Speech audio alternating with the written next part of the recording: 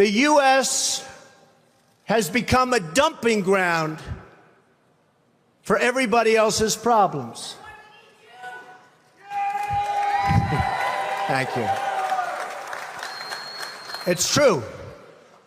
And these are the best and the finest. When Mexico sends its people, they're not sending their best. They're not sending you. They're not sending you. They're sending people that have lots of problems, and they're bringing those problems with us. They're bringing drugs, they're bringing crime, they're rapists, and some, I assume, are good people. But I speak to border guards, and they tell us what we're getting. And it only makes common sense. It only makes common sense. They're sending us not the right people. It's coming from more than Mexico. It's coming from all over South and Latin America, and it's coming probably from the Middle East. But we don't know, because we have no protection and we have no competence. We don't know what's happening. And it's got to stop. And it's got to stop fast.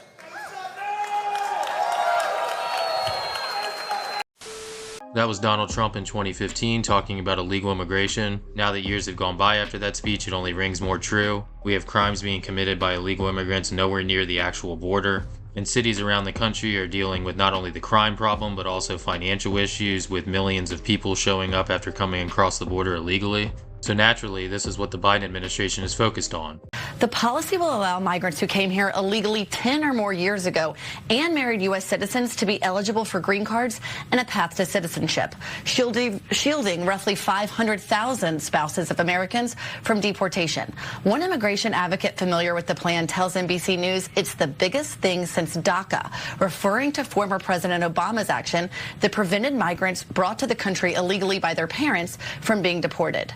We've seen this time and time again in modern American history. If you allow people to come illegally across the border and then make them citizens, very simply, you end up incentivizing more people to come, and then the problem gets worse. But of course, Democrats in DC are not actually worried about solving the problem. They just want to import as many voters as possible. On the other side of the aisle, just give it 5 or 10 years and Republicans will be pandering to get the new illegal votes. Now I'm going to play clips of the latest crimes committed by illegal immigrants. As you watch this, just remember, if we continue to elect politicians that play pandering games, we're going to get more of this. Police intensify their search and release the first images of the man they say sexually assaulted a 13-year-old girl in a Queens park.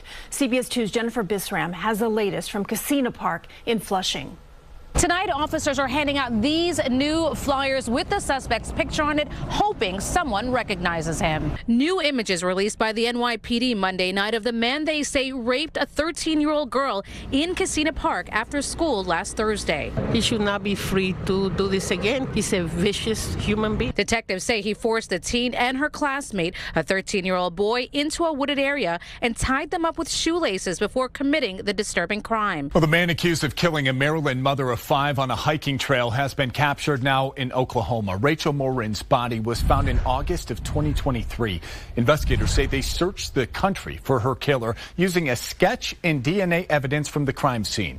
Well, they say their first break came when they matched DNA from a home invasion case on the other coast. It was in Los Angeles. Police say the doorbell video led them to 23-year-old Victor Antonio Martinez Hernandez in Tulsa.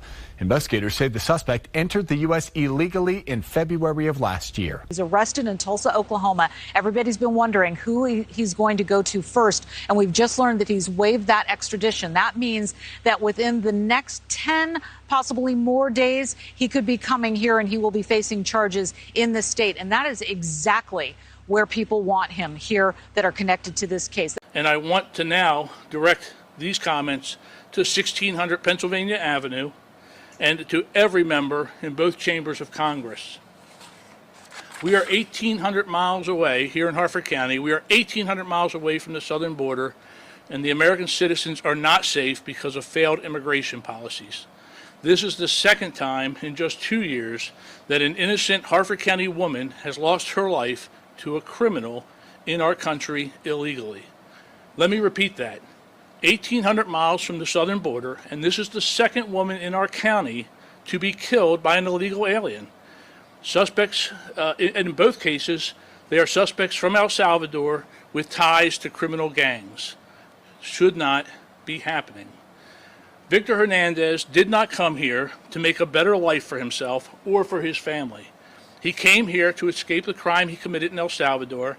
He came here and murdered Rachel, and God willing, no one else.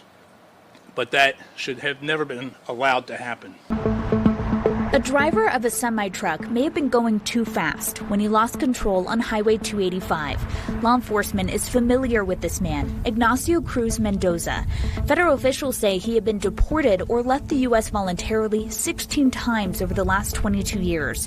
It began in 2002 when Cruz Mendoza was arrested in Oregon. 9 News Investigates learned it was a low-level drug trafficking charge. 10 days in jail, 18 months probation. Federal records show some of his immigration history.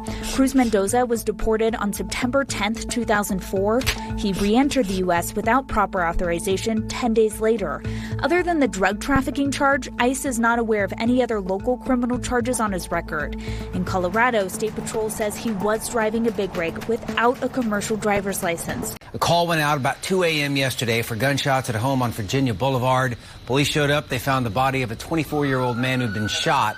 Witnesses say it was a drive-by. Later, officers located a 17-year-old boy inside of a pickup truck. He'd been grazed by a bullet. They also found 5 male migrants in the truck. Both people who were shot are in the hospital. They should be okay. They have non-life-threatening injuries. The migrants were taken to the Migrant Resource Center. So far, no arrests have been made. As you might remember from a couple of weeks ago, Biden signed an executive order that the media was reporting would secure the border. And apparently we were supposed to forget about the fact that they've been telling us the border was secure for the last 2 to 3 years. Either way, as you'll see here, nothing has changed. We got our hands on some brand new internal ICE data. It is jaw-dropping, and it shows just how overwhelmed the agency is right now. Before I get into it, just a little context on what it is.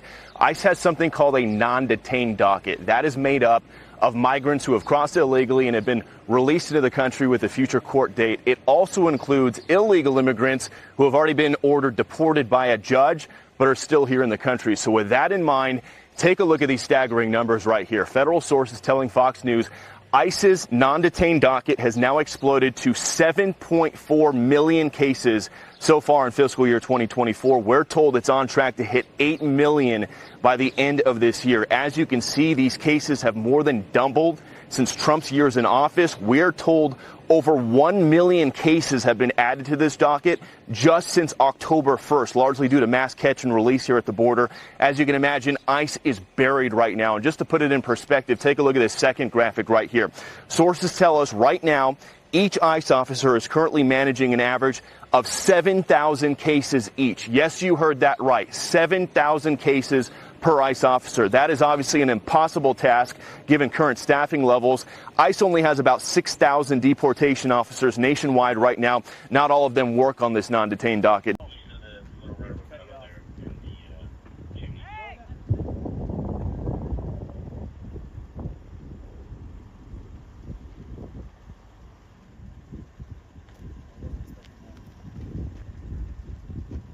Every day we are seeing small, medium, large groups of migrants illegally cross right here. And what they are doing is just walking around the end of this wall right here. They're doing it easily with little to no deterrence. This week we have seen migrants coming from Yemen, Nepal, China, Iran, and Mauritania. Yesterday morning before sunrise, there was a group of about 60 single men, adult males. I spoke to one Chinese migrant. He didn't want his face on camera because he says he fears the CCP and because he's the first of his family to enter the U.S. That Chinese migrant told us it cost him $15,000 to be illegally smuggled into the United States. How many days did it take you to get here? About more than 20 days. 20 days? Yeah. Did you take an airplane? What was your path? London and Mexico City, Tijuana. An unrelenting stream of immigration. Non-stop.